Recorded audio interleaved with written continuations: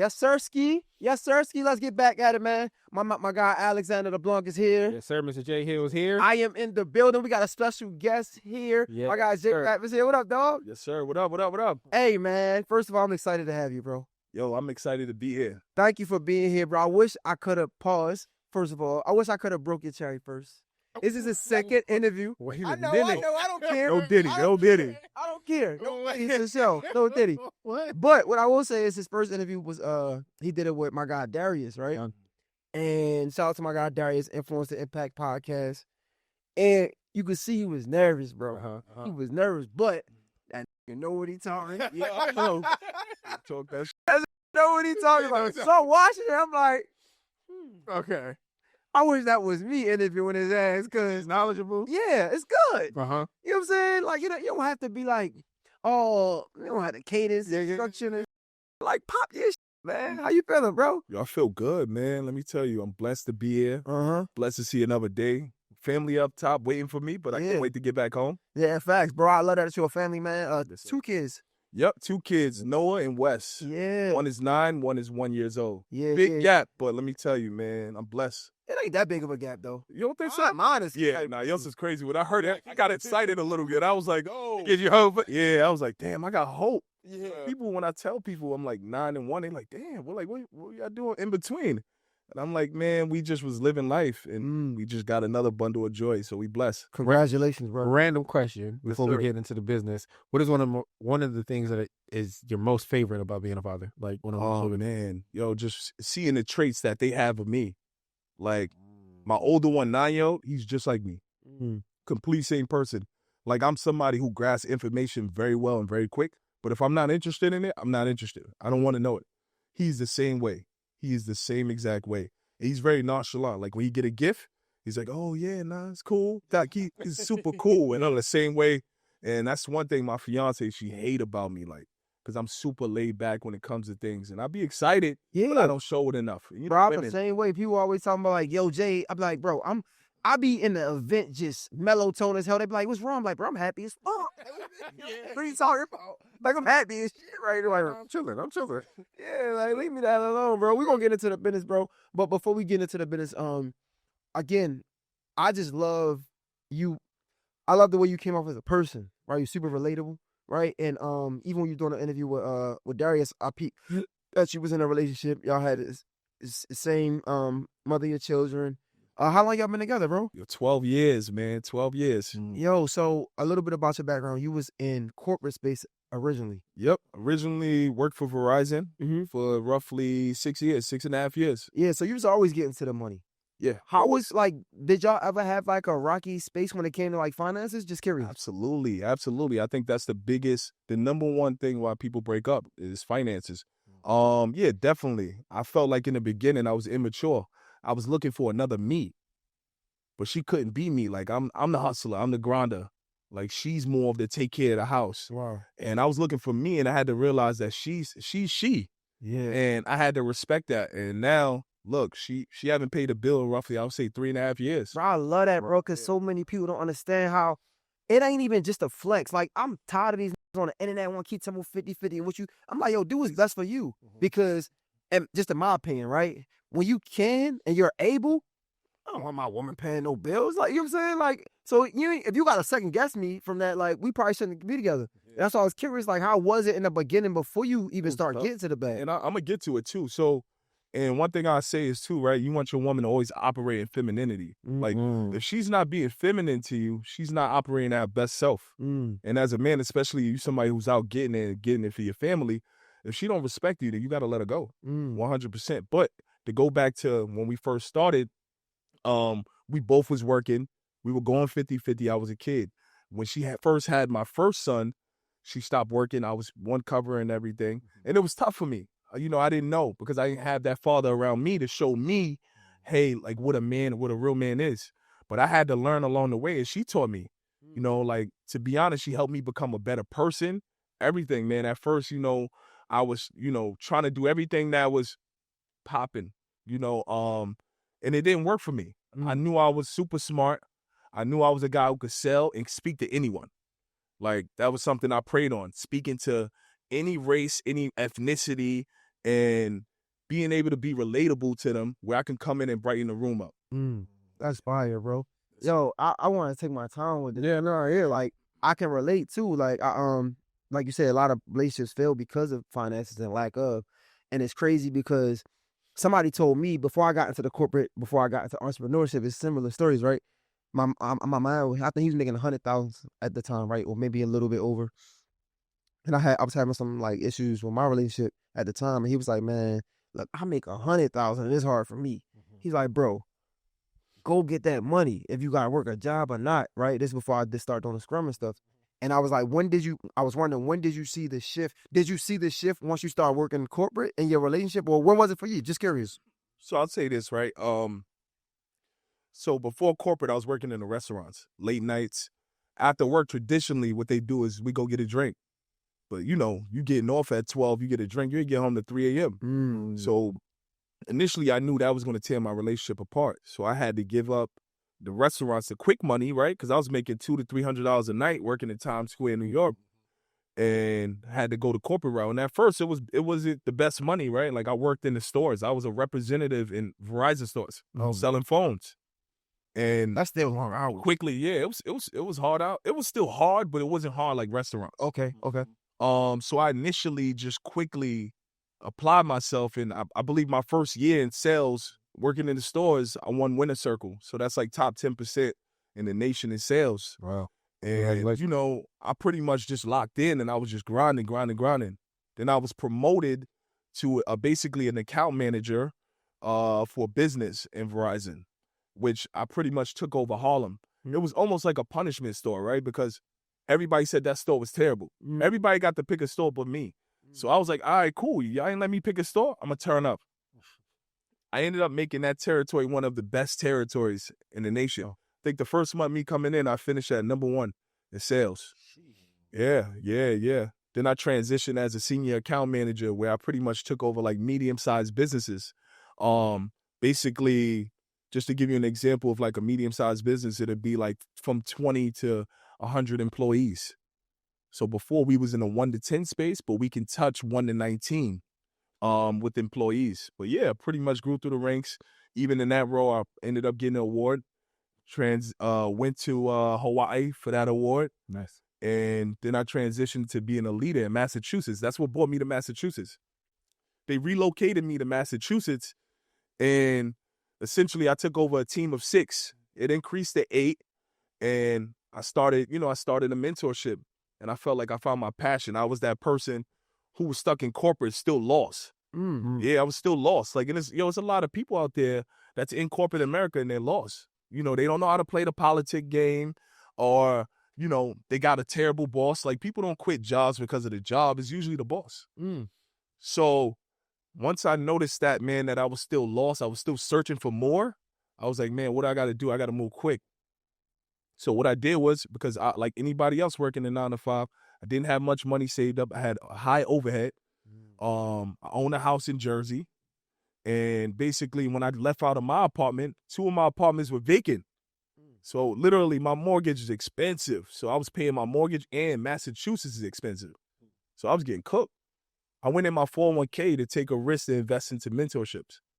And it was the best thing I ever did, man. And it took me time, right? I seen all the gurus. I listened at what everybody was saying. But I wasn't looking for I didn't have shiny object syndrome. I was looking for somebody who was going to give me knowledge and structure. Yo, so, okay, wait. I understand your overhead is high, right? But as men, right, there's a relatable conversation. Yeah. A lot of times we think all the answer to our questions is the bag. And it sounded like you was getting to it. That's me all So- the way.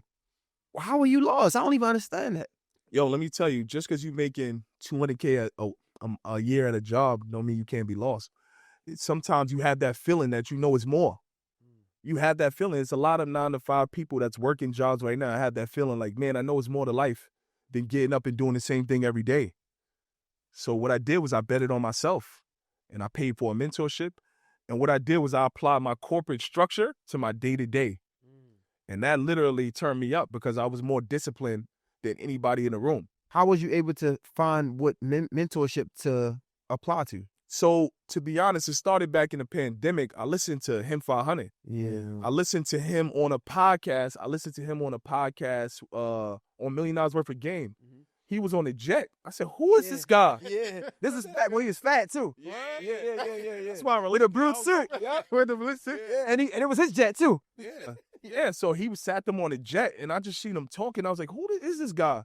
And during the pandemic, on the side as well, I was selling sneakers. Okay. Selling sneakers to athletes, a couple like. Well, you still working too? Yeah, still working. Oh, you a hustler? Okay. Yeah, 100%. Okay. So I ran out of money buying sneakers. Oh. So, you got more inventory than money. What do you do? So I'm like, yo, what should I do, man? Because now my credit cards are up. I got this inventory. What should I do? So I started to learn about credit, and I'm like, okay, what's one thing that can help me to basically suppress my credit issues? Because my usage was over almost 89%. Damn. So what I did was I started to learn about business credit, and I started to get business cards, and I started to liquidate my business cards to pay off my personal debt. And that's what brought me up to a 700 credit score. So that sounds so positive. That sounds like it worked. But it sounds dangerous too. No. And why do it sound dangerous? Because you got credit to liquidate it to spend it on debt. Yeah, so I'm going to tell you why. So on the business side, initially, it don't show on your debt to income ratio. Right? So on your credit report, usage is only from a personal side. From the business side, it suppresses it. So now when I sell an inventory, I can put the money right back on the business. And the beautiful thing about the business is for the first year, I was 0% interest. Right. So now it's OPM. I'm playing with other people's money now. Yeah. So that's what you definitely essentially want to do. Okay. So you took the money from your business credit, you liquidated that, you paid off your personal credit, but then you still had to get the money to get just shoes though, right? No, I had a lot of inventory during the pandemic. So I had a lot of inventory. So all I needed to do at that point was just sell the shoes. Okay. Put the money back. You just need to pay that credit off so your shit won't be correct. Okay, fucked up. So yeah. Okay, so you paid that off. How long did it take you to sell your shoes? I'm just like, so next question. During the pandemic, they didn't call the pandemic the pandemic. It was the pandemic. Facts. It was the pandemic. So we were doing really well selling shoes. But what happened is when you're going through like a connect, they expect you to take a certain amount of volume of shoes. Okay. You got to paying a monthly fee to this connect, and he was extremely greedy. So we were almost paying close to resale on shoes. It was almost like a $30 profit. But what happened is I was getting a shoe before everybody else. Okay. Yeah, I was getting a shoe. So he was a Nike rep. A little bit. Yeah, he was a Nike rep down there, and he was a greedy guy. It didn't work out in the long run, but we ended up, you know what I'm saying? I ended up getting the hottest shoes. I got them the quickest. I was shipping them out to athletes, football players, mostly football players I sold shoes to. Yeah, it sounded like the shoe game was damn near worse than the dope game. God. Yeah. What side? Shoe game was like the dope game during the pandemic. Yeah, there's a lot of people that are reselling, and Jordans are making a comeback. I'm not going to lie to you. It looks like there's a market for that as well. But something that you just said, I'm sorry, you're going to make a point? Something that you said before that I didn't want you to speed past was like, just a lot of people working a 9-to-5 that are, which what I heard was uncomfortably comfortable. Yes. And one of the richest black man in America is David Stewart. And his story sounds very similar to, you know what that is? But essentially he was at FedEx and he was the #1 salesman in FedEx and quit his job. So he quit his 9-to-5 I'm talking about all of the company, #1 salesman. He quit his job to go bankrupt essentially. Yeah. Hey, that's lost. I want to feel lost. But he goes bankrupt and becomes now 40, 50 years later, he becomes the richest black man in America. Because he betted on himself. He took that risk. So I just was kind of thinking like, what was that transition for you? Because he often talks about his wife and like the support in taking that transition to bet on yourself. What does that support look like for you? Yeah. So first and foremost, she trusted me from the Bronx. We moved to Jersey. I bought a 3-family house. Then we moved to Massachusetts. And everywhere she trusted me. Now we're about to make a transition to Atlanta. And she's like, yo, I trust you. So again, if you have a woman that's operating in their femininity, they will trust you. How does that feel? I'm sorry. I'm just curious. How does that feel as a man? Yo, man, it feels so amazing. And yo, she get on me. She get on me all the time. She's my quality control.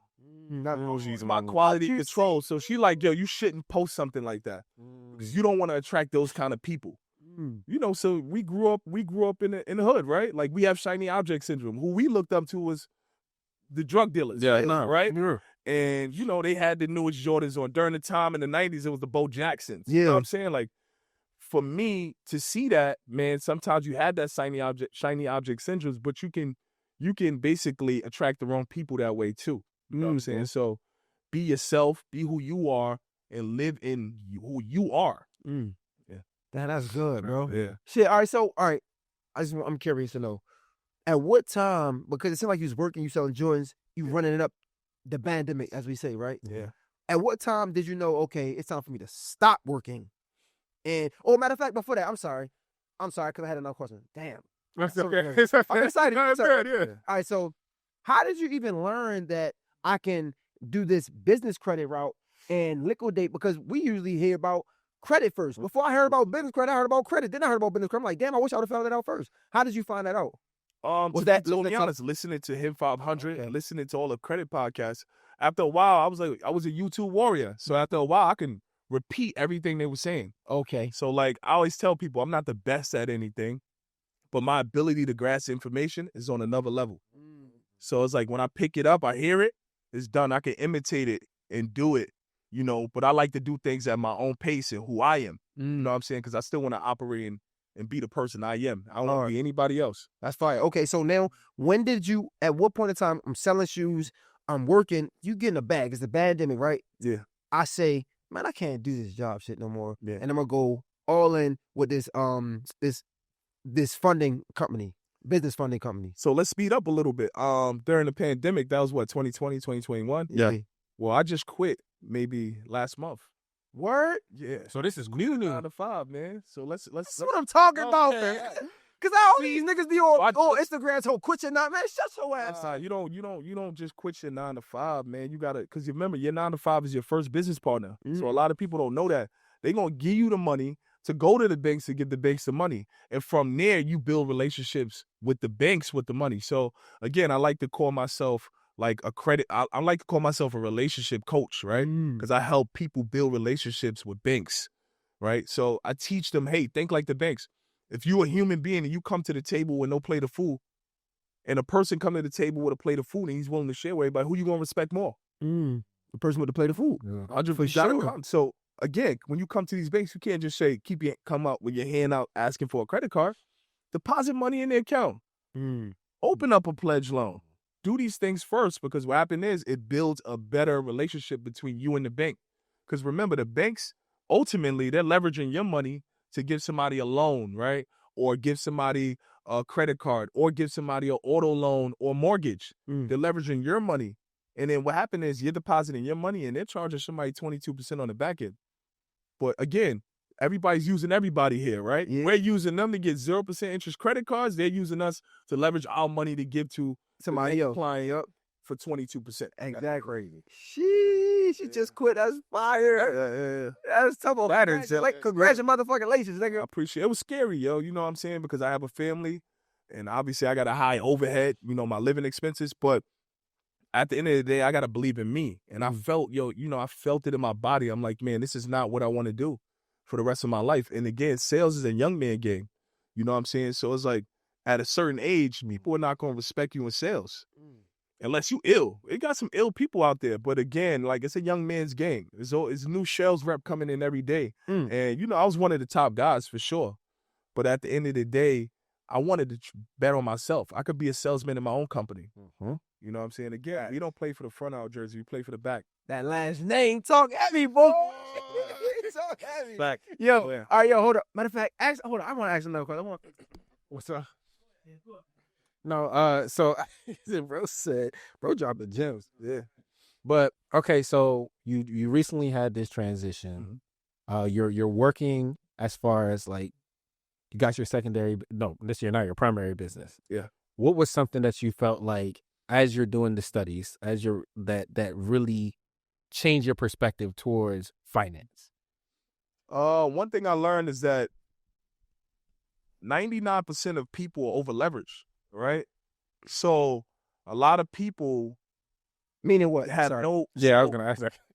They're spending credit cards, right? They're spending credit cards just to essentially work it out to get paid on Friday to put their money right back into credit cards. And then they'll spend the credit card again, work a 9 to 5. That's insanity to keep doing it. Yeah. So what I learned is basically how to leverage credit to make you more money. So again, there's ways of liquidating, and also there's ways of pretty much, you can go into multiple ways with the credit card. You can lend money with the credit card, because at the end of the day, if you got 0% and somebody needs some money in your family, you know they're good for it, you're able to go and get them that money, put that money back. Now you're getting points on the back end from your card. You know what I'm saying? You're getting points on the back end. You're in a promotional period, and you're able to then invest in your company. So, like, you know what I'm saying? Like, I'm down here. This is a tax write-off. I'm in Atlanta, right? That's a tax write-off for me to fly on the plane. I'm getting that back. That's that investment when you're leveraging credit, right? And then I fly for free. I use points to come down here. That's fire. So a lot of people are living off of debit cards, right? Yeah. That's the worst thing you could ever do, is live off of, like, spend money on a debit card. It gives you nothing. But with a credit card, I'm able to leverage getting points for anything I do. So you guys got a lot of equipment in here. It's a write-off. Right. There's a write-off for your business, and these are points. Yo, but all this equipment in here you guys got, y'all could fly for free. So now when you have your interview on a celebrity, you're able to go and fly for free because you're leveraging points. Come on, man. Yeah, I want to ask you a question. So first of all, I just want to disclaimer, because people ain't know. I don't know if this might come out before Darius's or not. I'm gonna give a disclaimer. Yeah. So he gave some game in a Darius interview, right? Made him sweat. He was like, man, I just made X amount of dollars off that play, right? Yeah. I'm just letting you know, it's gonna get worse. Cause I'm about to fuck you up. I ain't gonna lie to you. I'm about to get all the game. Let's get into it. All right. So before I go there, I got a question. You was in a sales space. Yeah. Going crazy. And nigga, from what I just heard, you just did a crazy month or a couple months. I think you paid 6 figures in like 2 months. 2.5. 2.5 months. Insane. Right? I couldn't even do it right. Right. Yeah. Whatever. So I want to ask you this before. Do you think the GOAT gene is something you're born with, or is that something that you acquire over time? I think it's something you acquire over time. I think traumatic events affect that GOAT gene. Like, you have to go through something traumatic. Like, say, for instance, with Kobe, he lived in Italy. The kids would call him racist names. So what he did was he got better in basketball to beat him in ball. And beat him bad where it was no competition. And you've seen it when he got to the NBA. It was that relentless pressure, right? So I feel like that GOAT gene comes from traumatic events in your life at a younger age. What was your traumatic event then? Man. Because you clearly been going crazy since you got into sales. Yo, let me tell you, man, my mother, I grew up with single mother, you know what I'm saying? My father, he lived in Brooklyn, but never really came to come see us. And my mother, she was super strong. But she kind of went into, like, alcoholism. She started drinking and everything. Then we ended up in and out of the system. You know, we was in and out of foster care. And what happened is I had to learn how to fight. I had to learn how to protect myself, right? And protect my brothers. You know, I'm a middle brother, so my older brother protected me. But basically, it helped me to become a man early, to be aware of things. So what I learned is just to be observant. Sometimes I'm laughing and talking, but I'm watching your body language. And that's sales too. Like, if I'm selling something to somebody, I'm looking at their body language. Like, I want to know, are you interested or are you not? What objection I'm going to get? Because I could see it from your body language as well. Yeah. Okay. All right, here we go. You ready for this? That's all right. Yeah. I got a lot of, I like to call, like, homies that watch my show. You know, regular niggas that's in the projects, you know what I'm saying? Might not be a big business company right now, right? That might watch, but for my homies that's in the projects that might be like, they got the girl in their ear, their relationship is shaky, is rocky because their money ain't, you know what I'm saying? They credit scores some shit, right? I need you to swallow your pride. Oh, man. And I need you to give me from A to Z. Well, how far are we in? 25 minutes. If they watch this for 25 minutes, they deserve it. Yeah. From A to Z, no cut cards, don't hold back. How would you tell your son, your brother, somebody you really care for, from A to Z, if this was your mentorship class, how do they go from shit, I mean scum, bottom of the motherfucking floor, to getting, let's say, $100,000 in that bank account? So before I get you from A to Z, it's a mindset thing, right? So I always tell people, you got to be ready to change. Because if you ain't ready to change, you're going to fall right back in that way. So we might get from A to to D, and then we got to start back to A. Mm. So we can't get to Z. So first and foremost is realizing where you at, not necessarily hiding from where you at and saying, all right, cool, I messed up right now. It's time to step it up. But the first thing I would do, right, I would leverage free apps, right? So Credit Karma. First thing I would do is look at Credit Karma, look at my credit score, right? See what's wrong. Through Credit Karma, you can dispute any negative items on your credit report. By myself? Without Right by yourself. How I right do by that? yourself.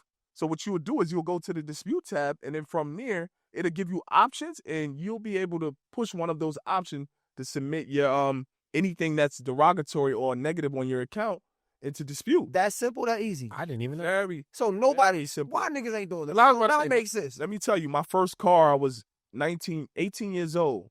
I had it literally for a week. And it hit me with almost like a 25 APR. I didn't know. I had it literally for a week. I crashed it. But guess what? I disputed it off my credit report. Yeah, 100%. And that was before I knew about credit, right? I used Credit Karma. Okay. I used Credit So Karma. I don't even got to go to ChatGPT and let's do a letter. No, and all that. ChatGPT, well, this is a different time now. That was 2012, Okay. right? For ChatGPT now, super powerful. It's a super powerful source to help you, right? Okay. So from there, once I realized, all right, cool, what's derogatory on my account, I dispute it. From there, what you want to do is be aware of your finances, really understand what's going in and what's coming out, right? Mhm. Because now you might have just latenesses. You may just have to catch up.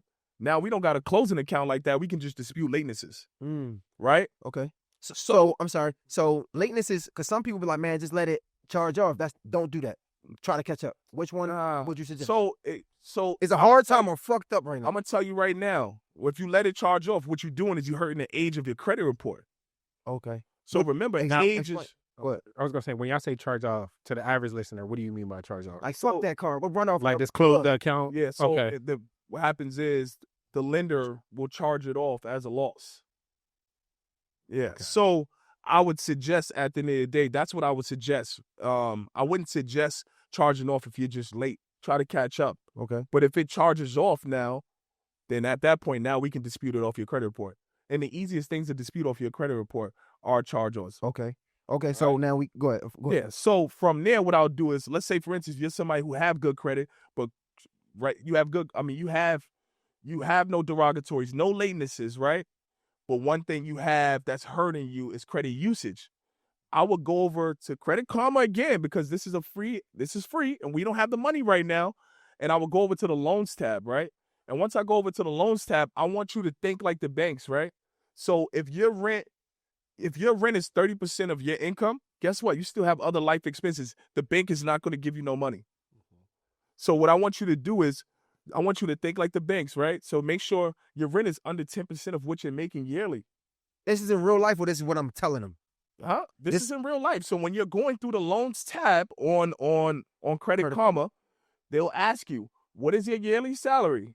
Then they'll ask you, what are you paying in rent monthly? Do you own or do you rent, and how much you paying them? So am I making these numbers up? Because a lot of times they ask me. I wouldn't necessarily tell you to make it up. But again, I'm going to tell you this. You got to think like the banks. Oh, I like that. I'm not going to tell you to make up anything at the end of the day. You know what I'm saying? Because one thing, a lot of these bridge loan companies, what they do is they'll connect Plaid to your account. And if you say what you don't have, more than likely you're going to be declined. Okay. But again, I'm going to tell you, think like the banks. Cool. Once you get over to that loans tab and you put in what you're looking for, you'll see like a One Main, you'll see SoFi, you'll see Upgrade, you'll see Upstart. These are bridge loan companies. And what happens is, initially, a bridge loan, essentially, their interest rate's a little high. Mm-hmm. They're a little high, the interest rates. But if we can get you out of debt by basically covering your debt to income ratio, your credit usage, we're able to pretty much bring your credit score up.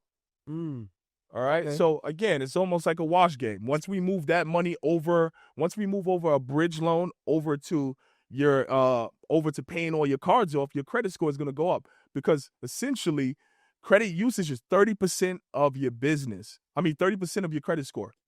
Credit usage. Right. So wait, the bridge loan is a loan to cover to pay off your personal loans. If you have that, it's a loan to pay off your credit cards. Because remember, loans, installment accounts don't show on your credit report as usage, only credit cards. Okay.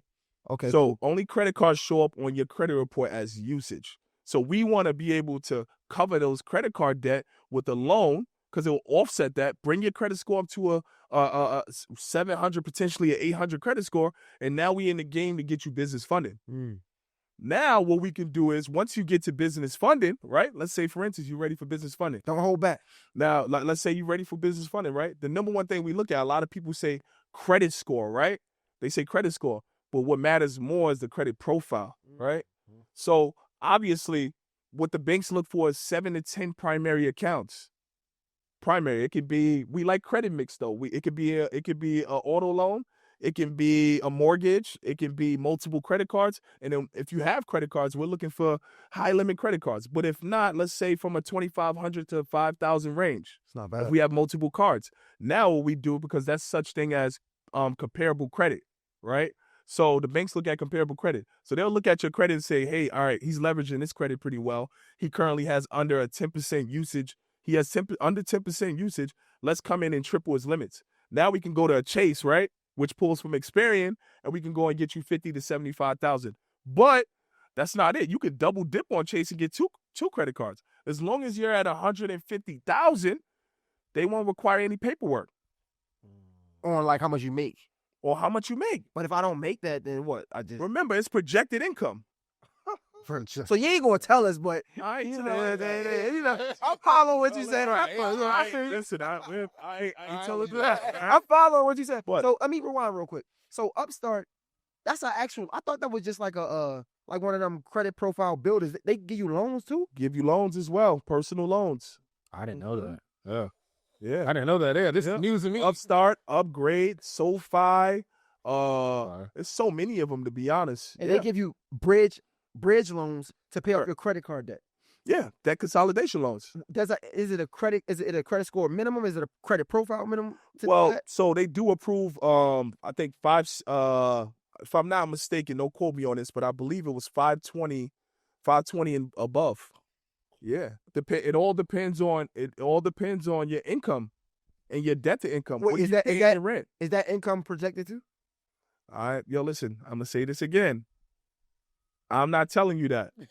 Use it at your own discretion. Yo, Yeah. he's coming crazy. Nah, yeah, it's going crazy. So that's definitely like a play, right? So again, that's definitely a play. So when you're looking at like a credit profile, just having a properly structured profile, credit usage is there, right? You want to be under 10%, because if you're at that 30% mark, it shows that you're in a financial crisis, that you don't have it right now. You know what I'm saying? So the goal is to be able to be under that 10% because that'll raise your score. But if you're under that 30% mark, let's say 20, it's not going to hurt you. But if you're under 10, it's better for you to raise your score up.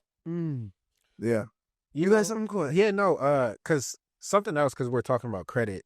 Recently, a lot of people have been using these buy now, pay later type platforms. Yeah. Like the Affirms, the Klarna, the Afterpays, and things of that nature.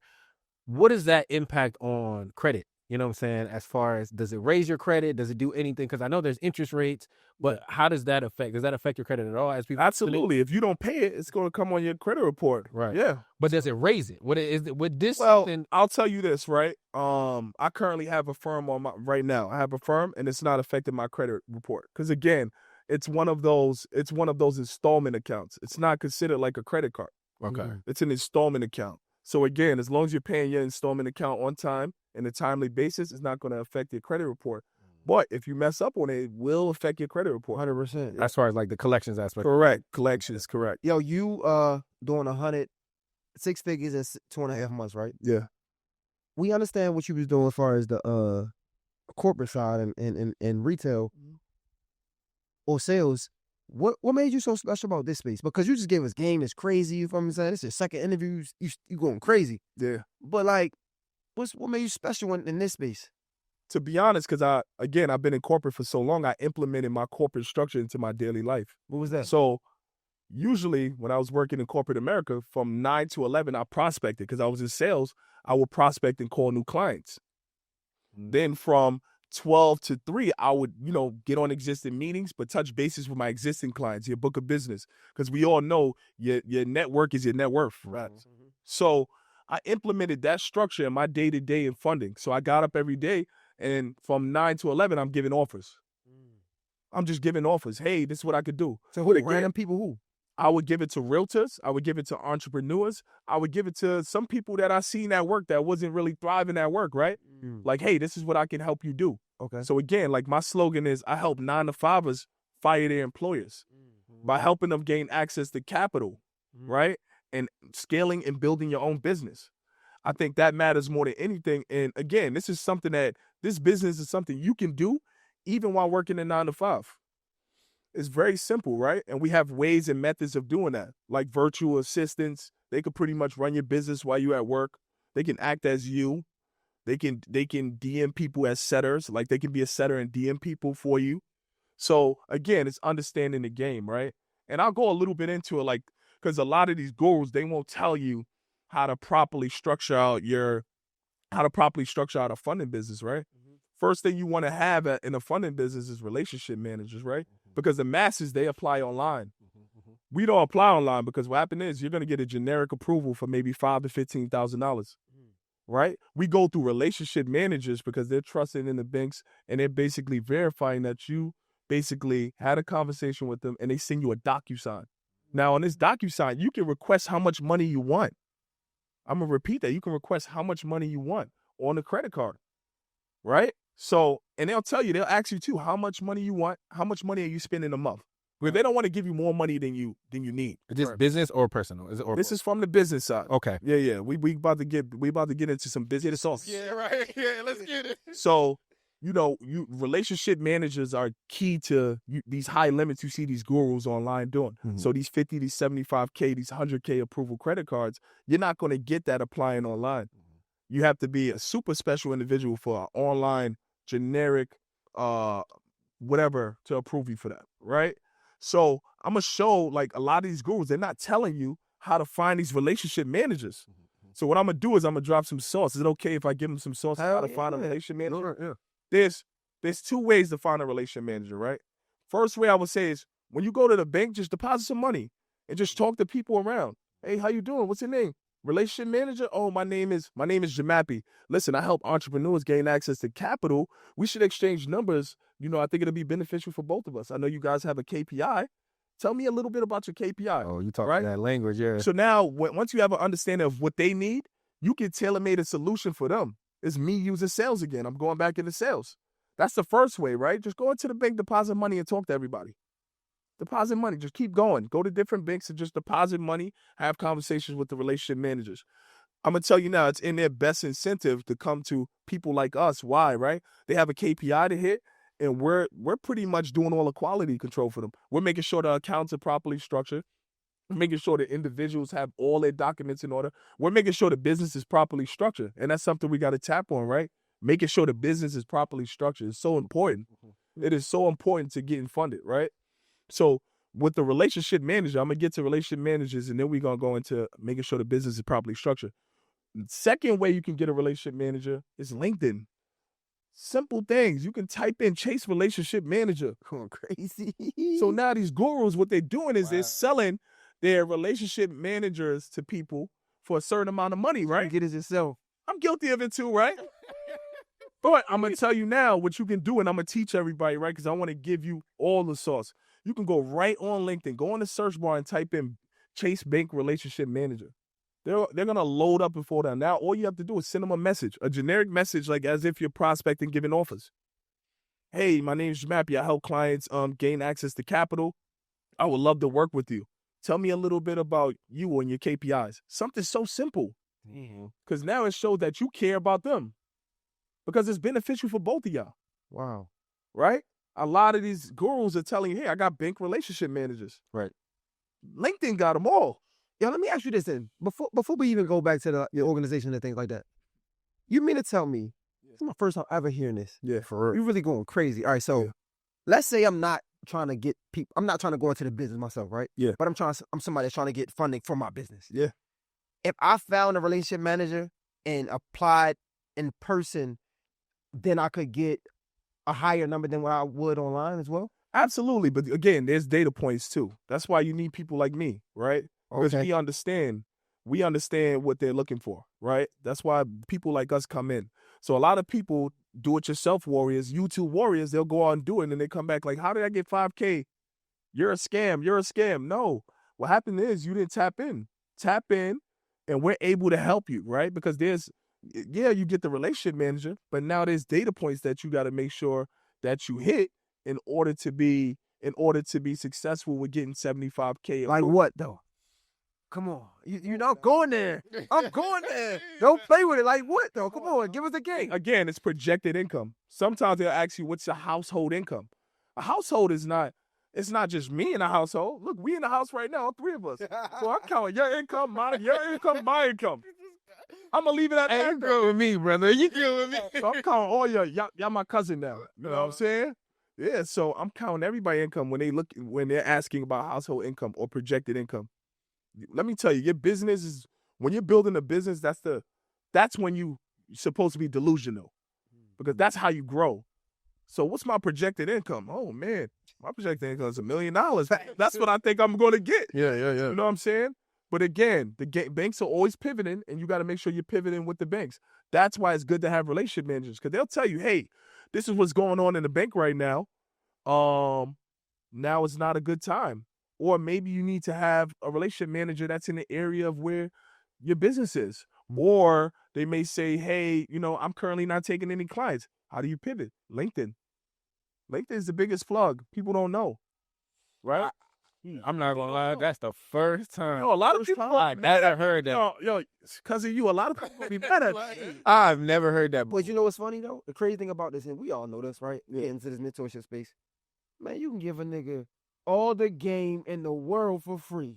He still ain't gonna do it. So I'm challenging you, motherfucker. Yo, listen, man, I'm asking niggas I'm taking money out these niggas' pockets, man. For real.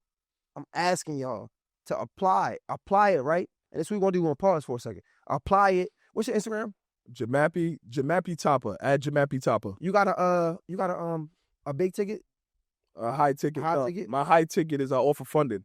Your funding? Yep. Yo, this is what I want you to do. Look, just apply it. Just apply everything you just said. Try to do it yourself. Just do it. Come on in this interview, in the comment section, just comment done.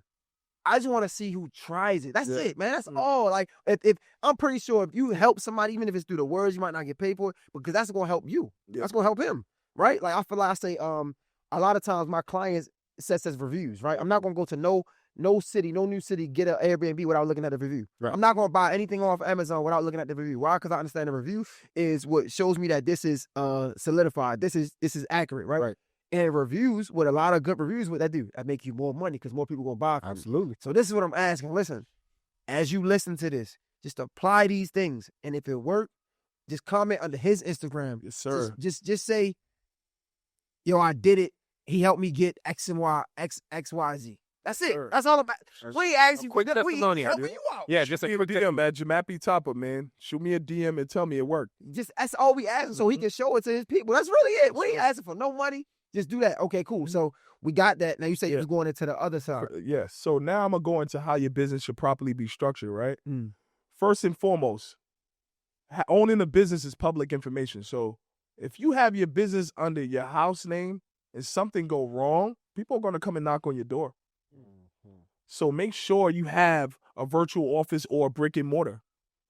You want to make sure you have that, because first and foremost, it shows the underwriters that you are professional. And it also shows the underwriter, hey, we can give this person more money. Now, when you go for a virtual office, make sure you're Googling the address of these virtual offices, because a lot of these virtual offices is in Staples. They're inside of like shipping centers, and they don't look professional when the underwriter's Googling it. And the underwriters are going to Google it. So make sure it's an office building. Make sure it's a building that you can actually have meetings in, that you can go and sit down in and rent a room. It looks professional on your end. And also when you're receiving mail, you can also bring clients there. And it's just a more professional outlook, right? Second thing, do not use your personal number for your business. We want to make sure we go and get a business number, right? Literally, you can go to grasshopper.com. Literally, it's $14. $14. Or you can go to Google Voice. It's $9. Go get you a business number, preferably an 800 number, right? Because it looks professional. Now, the 800 number is more for the underwriters. If you're calling people with the 800 number, it almost looks spammy. Yeah. So make sure you pay attention. But it's definitely more for the underwriters. So we want to have a business phone number, right? The last thing I would say, especially for businesses, is make sure, especially, and this is very, very, very important. Make sure your LLC is properly structured, right? Are you a single member? Are you a partnership, right? And making sure too, if you're making over 50,000, let's make sure we move it over to an S corp and put yourself on payroll. Because you don't do those things, the IRS is going to get you before the banks get you. So you got to make sure you're on point. So those are the ways that, properly structure your business. Yo, it's funny because, pause real quick. You say your high ticket is your funding. Yes, sir. You know it's time to get into coaching, right? I know, man. I know. He just started this. I just started. Right. Bro, you did 6 figures in 2.5 months, bro. I know. So I'll tell you this, right? The high coaching is coming, but right now I'm currently scaling the business, which is on the alternative lending side. So I got to give sauce on that side too. Sheesh. Right? So a lot of people are doing 0% interest and just 0% interest. But there's alternative lending as well. Can you expound a little bit more? Yeah. Yes, sir. I'm going to get right into it. So for clients who actually have an up and running business, who's generating more than $10K a month, who don't have the best credit, we're still able to get them funded through direct lenders. Now, a lot of funders in our space, what they do is they go to Rock Financial. But what if you could be Rock Financial? Because all Rock Financial, all they have is relationships. So there's direct lenders out there that'll go according to your bank statements as a business, if you're an up and running business, and they'll give you lending based off that. Like a person, like me. Yeah. Okay. Or give you funds, right? More often than not, I see with a lot of these businesses, if you're properly structured and you're up and running, you're making that money, I'm able to send this over to my direct lenders, and now I don't have to hit you for 10%, right? I don't have to hit you because now my lenders are going to pay me in the back end. These are direct lenders. So initially, alternative lending was born in like 2008 when the markets crashed, when the banks didn't have money to give. Guess what? A lot of people were running businesses. They were running out of money. Their businesses were about to close. Well, guess what? Subprime lenders came in, and they essentially, what they did was started to lend their own money out.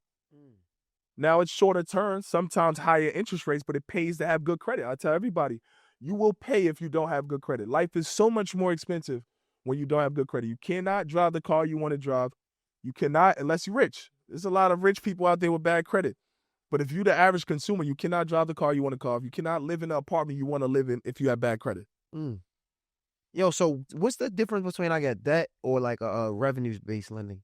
Same thing. So it's based off revenue. Alternative lending is revenue-based lending. Okay. So it's the same thing. Initially, whatever revenue you're bringing in, now the lenders are going to lend you based off future revenue that you're making.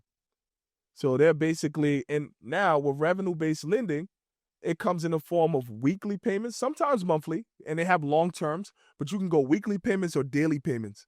Depending on the amount of money you make, where your credit score is, it all depends. Yo, I'm sorry, I'm a nerd when it comes to this. Yeah, I'm like, you know what this remind me of, bro? What? Our licensing deal.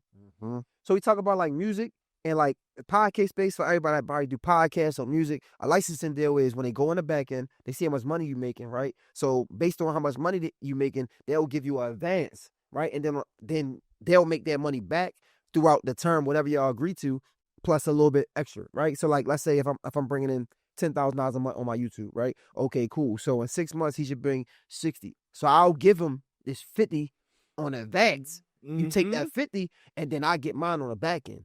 And because I'm okay with the extra 10, 6 months, I'll take that. Right? Yeah, and let me tell you, I like how you just said advance, right? So on a revenue-based lending and alternative lending industry, what they call it is a merchant cash advance. So you see how I'll put that? Yeah, no. So it's like these record deals. How they give you advances. It's the same thing. You got to work it off. You got to pay it back. So bring it back full circle to that person that he's talking about that's messed up. Because you just gave us 2 alternatives. Yes, right? sir. You gave us this way. Which route should they take? If you are starting from here, you messed up because you talk about the alternative. Is that what you would not recommend? You can't go there. You have to have an up and running business in order to go revenue based. Yeah. So as long as you're making $10K or more, then we're able to help you. Oh, you have to be making $10K. You have to or more. You have to be. It's in the business account. It can't be in a personal account. But at that point, what we do is we leverage all of our direct lender relationships.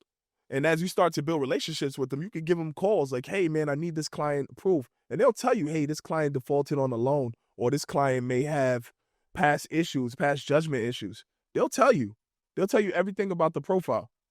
And again, 90% of the time it's bigger companies and also individuals that's lending out their money, people who have more money than you could think of.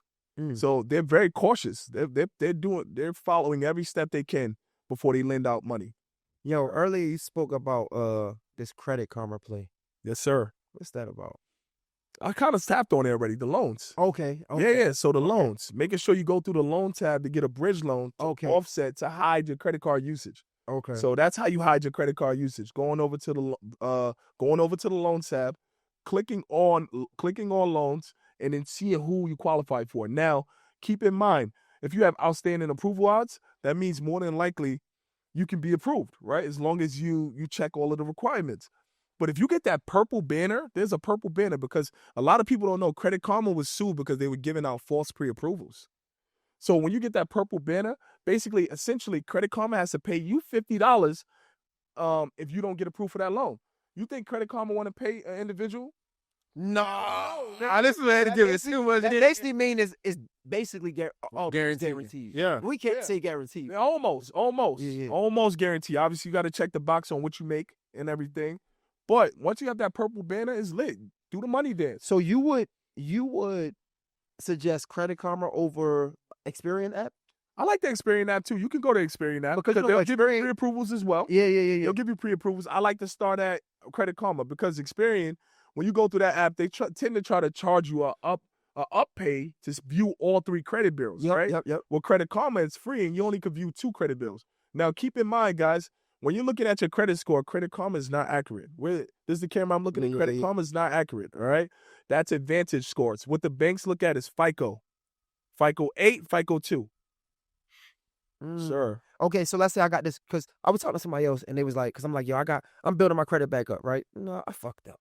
Hey, I messed up. Yeah. So I'm building my credit score back up, but I got a pretty decent credit score already, you feel me? So I'm looking at my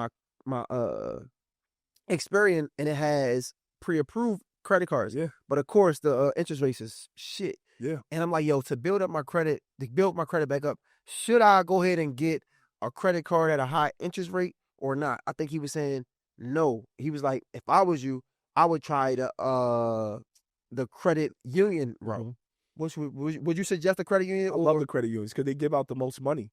But now I don't know if I'm pre-approved though. Credit you can Experian shows. I'll give you 3 banks right now, 3 credit unions that'll give you pre-approvals right now. Which ones? DC Credit Union will give you a pre-approval. They're up in Massachusetts, right? Wings Credit Union will give you a pre-approval. Christian Community Credit Union will give you pre-approval. So you can pre-approve without a hard inquiry before even going for a credit card. I like that route better than going for a credit card, getting an inquiry, and not knowing if you're going to get approved or not. Even though it says pre-approved though. Yeah. So you want to go to pre-approval because this is pre-qualified now. Yeah, okay. We're talking a different game now when you pre-qualify. Because the Experian, this is what I'm saying. On the Experian app, it says pre-approved. Yeah. But you saying hold off on that and go to credit union route first. Always go credit union because they'll give you the most money. And again, if you're playing the long game and you want to go and get business credit, it's comparable credit. So now if you got a 10K limit, why wouldn't Chase and you've had a 10K limit for a couple months and you've been managing it the right way, right, and being responsible, why wouldn't they want to give you 50, 75K? They see you with 10K on the consumer side. They know business, we're leveraging inventory. They know we need payroll. They know we need cameras, right? New mics. Okay, so cool. Hold up. So even I can do that, or we can go to secure credit card route too, right? Yes, you can. I could do that with the credit union too. So, yes, you can do secure credit cards with credit unions. So what I would like, and this is a one play I give everybody, and it's pretty much already in the market, but what you can do instead of a secure card, you can go and get a pledge loan from Navy Federal. Now, with this pledge loan, essentially, it's a secure loan. Mm-hmm. Now, it gives you a primary account. Now, I always tell my clients, I always tell everyone, the average American don't have $1,000 in their account. Yep. But let's say, for instance, a quarter of $1,000 is $250, right? Mm-hmm. Let's go and use $250 and put it on a pledge loan. Now, a week later, what we do is we pay off 80 to 90% of it. Now, what happens is Navy Federal is going to backdate your loan so you don't have to make any payments. Remember, you're paying yourself, essentially. Yeah. Now you have a primary account. It looks like you paid off a loan. Now you in the game and you have a relationship with Navy Federal. Now it's time to apply for a credit card because they're like, hey, he came to the table with money. They love when you come to the table with money because, again, they're leveraging your money to give out loans, car loans, mortgages, whatever, equipment loans. They're leveraging your money. So when you come to the table with money, it's like now they respect you. You a slick motherfucker, boy. I'll tell you. So which one you would suggest, that pledge loan over a secure credit card? Which one? They're both good. I would go for both. See, that's both like good. I am. Do both. Do all Do of both because now there's two primary accounts. And guess what? The beautiful thing about a secure credit card is a secure credit card, if you're handling it the right way, after 6 months, they tend to increase your limits. Yup. And they'll get your money back. They're like, yo, we trust you now. Yep. Here's your money back. And we gonna give you some more. And we're going to give you money. I swear to God. So that's how I initially started. I got a Capital One. I put down $300 for a $500 Capital One card. 6 months, I was taking care of it. They gave me back my $300 and moved the card up to $1,000. Yep. Yeah. Capital One's good for that. They definitely. Damn. Yeah. So okay, Go ahead. you're knowledgeable, man. You said YouTube University, and this is a YouTube. question because I'm an avid book reader Yeah. or listener. Yes, sir. What are 5 books that you would recommend that changed your mindset? Cause you was God damn. nah, he got 5. He got 5. You think I got 5? You got 5. You were sales, so I know they probably made you read 4. There's things you read. Nothing. To be honest, I'm not. My attention span is too short. Okay. I'm not the biggest book reader, but I'll tell you this: Atomic Habits. Okay. That's a big one. We can say How to gain how to gain friends and influence people. okay. That was by Dale Carnegie. Really good one. I read that one. I read that part cover of that book. Really good book. And then I'll say The Go-Giver. The Go-Giver is Go-Giver is fire. Oh, You asking me to go give her. I could go. Okay, you can 5. Talk heavy. Going into books now. I love this. Then I would say the 4 cash flow quadrants, right? I haven't heard that one. So it's by Robert Kiyosaki. Okay. Yeah. So Rich Dad, Poor Dad. Rich Dad, Poor Dad. The 4 cash flow quadrants. So basically, how you can go from an employee to a small business to an existing business to an investor. So how they all correlate with each other and how you move through them, right? And how they all respect each other. So it's a really good book as well, the 4 cash flow quadrants. Okay. And then Rich Dad, Poor Dad. One thing I learned is, he said, and it confused me at first. He was like, a single family house is a liability. I was like, God damn, how? Everybody, when I see people buy houses, how is it a liability? But he's right, because guess what? If something breaks, you got to pay it out your own pocket. You got to go multi-family house. You got to go multi-family because guess what? If something break, your tenants are paying rent. So I have a 3-family in Newark, New Jersey. You know what I'm saying? I have a 3-family, and the upside is really good on my 3-family, and I'm able to leave that for my kids later on. Wow. That's Bro. fair. So You said the Go-Giver. I didn't think I told you. Bro, The Go-Giver, Go-Giver. hands down, probably the best book I've ever read. Yeah. And I didn't read some good books. 50 Cent, Yeah. Charlemagne, shit good. Nigga, Yeah. The Alchemist was fire. The Alchemist was really good. I read The Alchemist too. Bro, The Go-Giver. You were the one that told me. Yeah, nah, bro. You go get like I would advise anybody if you have a friend that you really love and you trust, and you want to see them grow, give them The Go-Giver. And it's not I don't think it's a long read. And to be honest, and it correlates too in this space, right? Because you can't be afraid to give the sauce. Because now, say you give sauce, right? You give all the sauce. 90% of the time, the average consumer is not going to apply it because they're busy. And not necessarily saying they ain't who they are, but they're busy, right? And also, too, a person is going to look at this and say, damn, if he's giving this for free, what else he got? Yes, sir. Say, For sure. yo, this is good, right? This Like is you really good. came in. I can't tell this is your second interview, Nikki. For sure. Second interview. I Yeah, can't tell. yeah.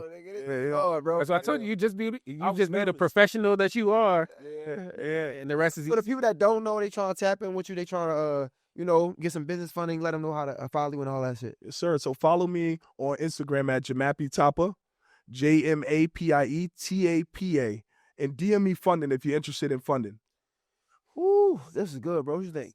I'm good, bro. Fire. I'm gonna have to play it back before they drop it again, so I could just listen to it myself. Yeah, Want to get some sauce, man? Try to give a little sauce. My guy Jmapie, Alexander the Bunk, Mr. J Hill. we out. It's a wrap, man. Sir.